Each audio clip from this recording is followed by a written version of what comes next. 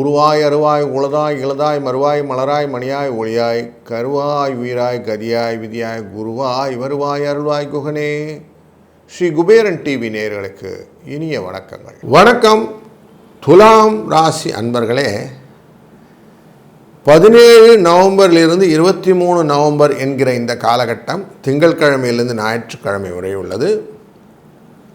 கன்னிராசி என்கிற 12ஆம் இடத்திலிருந்து உங்கள் ராசியின் 3ஆம் இடமான தனுசு ராசி வரை சந்திர பகவான் சித்திரையிலிருந்து மூல நட்சத்திரம் வரை பிரயாணம் செய்கிறார். இப்படி செய்யும்போது சில செலவுகளை முதலிலே கொடுப்பார்.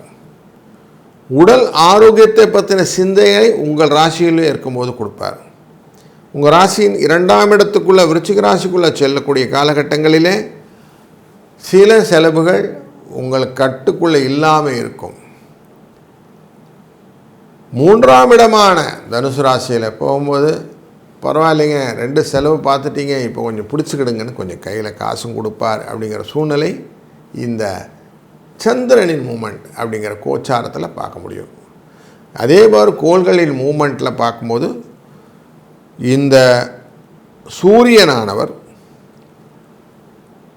உங்கள் ராசியிலிருந்து மூவாயி விருச்சிக ராசிக்கு போகிறார். உங்கள் ராசியில் இருந்த வரைக்கும் நீச்சம் என்கிற தன்மையில் இருந்தார். இவர் 2ஆம் இடத்துக்குள்ளார போகிறார். ஏற்கனவே கொஞ்சம் மனசில் கவலைகள் இருந்தது, அந்த கவலையிலிருந்து லைட்டாக விடுபடலாம். ஆனால் 2ஆம் இடம் அப்படிங்கிற இடத்துக்குள்ளார போகும்போது குடும்பஸ்தானம் அப்படிங்கிற இடத்துல போகிறது. அப்போ நான் நீன்னு ஒரு சண்டை போட்டி எல்லாம் வந்து நிற்கும். அந்த போட்டியில் நிறைய முதன்மைத்தன்மையை பெற்றுக்கொள்ள வேண்டும் அப்படிங்கிற எண்ணங்கள்லாம் வரும். வேலையில் பார்க்கும்போது கொஞ்சம் மந்தமாக இருக்கக்கூடிய சூழ்நிலையெல்லாம் இருக்கும். செலவு கொஞ்சம் நெருக்கடி தருவதாக இருக்கும். அதுக்கு இன்னும் கொஞ்சம் தூபம் போடுற மாதிரி செவ்வாய் ஆட்சியிலேயே அங்கே உட்கார்ந்துருக்கிறாரு. அவர் வியாதி அப்படிங்கிற மருத்துவ செலவையும் கொடுப்பார். அதனால் கொஞ்சம் செலவுகள் வருவதற்கான வாய்ப்புகள் நிறைய இருக்குன்றதை புரிந்து கொள்வோம். 2ஆம் இடத்துல இப்போது புதன் வக்கரகதியில் இருக்கிறார். விருச்சிக ராசிக்குள்ளே உட்கார்றார். அவர் உங்கள் ராசியை நோக்கி பயணம் செய்வார். அதே போல் பயணங்கள் உங்களுக்கு உண்டாகும். நீண்ட நாளாக எதிர்பார்த்திருந்த காரியங்களை செய்ய வேண்டும், அதை பண்ணணும், இதை பண்ணணும், இங்கே போயிட்டு வரணும்லாம் நிறைய யோசிச்சிங்க இல்லையா? அந்த யோசனைகளை எல்லாத்தையும் மெட்டீரியலைஸ் பண்ணுற மாதிரி இந்த வாரத்தினுடைய மொமெண்ட் இருக்கும் அப்படிங்கிறது தெரியும். அதுபோல் உங்கள் ராசியின் 2ஆம் இடத்தை குரு பார்க்குறார். அவருடைய பார்வை ரொம்ப பலம் உண்டு. வக்கரகதியிலேருந்து பார்க்குறார் 9ஆம் இடத்துலேருந்து. அதனால் நல்ல ஆடை ஆபரண சம்பத்துக்களெல்லாம் கொடுப்பார். உங்களுக்கு யோகக்காரகன் சனி, அவர் வக்கரகதியில் உட்கார்ந்துருக்கிறாரு. அவரையும் பார்க்கறதுனால கல்யாண விஷயங்கள்லாம் தடைபட்டு இருந்தால் அந்த தடைகளெல்லாம் நீக்கி கொஞ்சம் புதிய வரவுகள் எல்லாம் வருவதற்கான வாய்ப்புகளை இந்த குருவின் பார்வை ஏற்படுத்திவிடும். அதனால் மண் மனை வாகன யோகங்களிலே சில சிக்கல்கள் இருந்தால் அந்த சிக்கல்களும் இப்போது தெளிவாகிவிடும் அப்படிங்கிறது தெரிகிறது.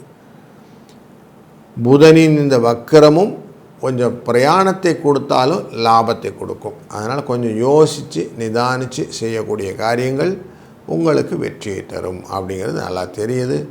5ஆம் இடத்தில் இருக்கக்கூடிய கும்பராசியில் இருக்கக்கூடிய ராகு அப்படிங்கிறவர் சில விஷயங்களிலே குழந்தைகளிலே சேதங்களை ஏற்படுத்துவார். எந்த மருத்துவ செலவுகள் தேவையில்லாத சில அதை பண்ணிட்டான் இதை பண்ணிட்டான்னு சொல்லிட்டு ஒரு பிராது அப்படிலாம் வந்து நிற்கும். அதுக்கெல்லாம் நீங்கள் அட்டன் பண்ணுற மாதிரி ஒரு மைண்ட் செட்டை வச்சுக்கிட்டு அவங்கள கிளியர் பண்ணி விட்டிங்கன்னா சரியாக போயிடும் அப்படிங்கிறதும் தெரிகிறது.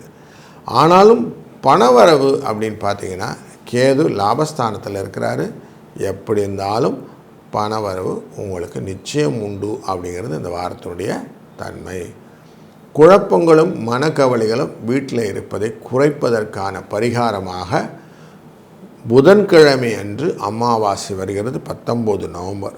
அன்றைக்கி அவசியம் திதி தர்ப்பணங்கள் செய்பவர்களும் அப்படி செய்யாதவர்களும் நண்பகல் 11:45 12:15 வரைக்கும் இருக்கிற டயத்தை அலாரம் செட் பண்ணி வச்சு கொண்டு அந்த நேரத்திலே அவசியம் உங்களால் முடிந்த தான தர்மங்கள் மாற்றுத்திறனாளிகளுக்கு செய்யுங்கள்.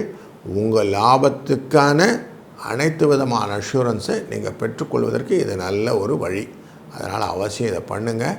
அதனால் வரக்கூடிய பலன்கள் எப்படியில் பணத்தை போட்டு திருப்பி ரீப்பிங் பெனிஃபிட்டாக இன்ட்ரெஸ்ட்டாக வாங்கிக்கிறீங்க இல்லையா, அதே போல் உங்களுக்கு தொடர்ந்து வரக்கூடிய காலகட்டங்களிலே சப்போர்ட்டிவ் பெனிஃபிட்டாக இருக்கும் அப்படிங்கிறத மனத்தில் கொள்ளுங்கள். நல்லது நடக்கும், நல்லதே நடக்கட்டும். வாழ்க.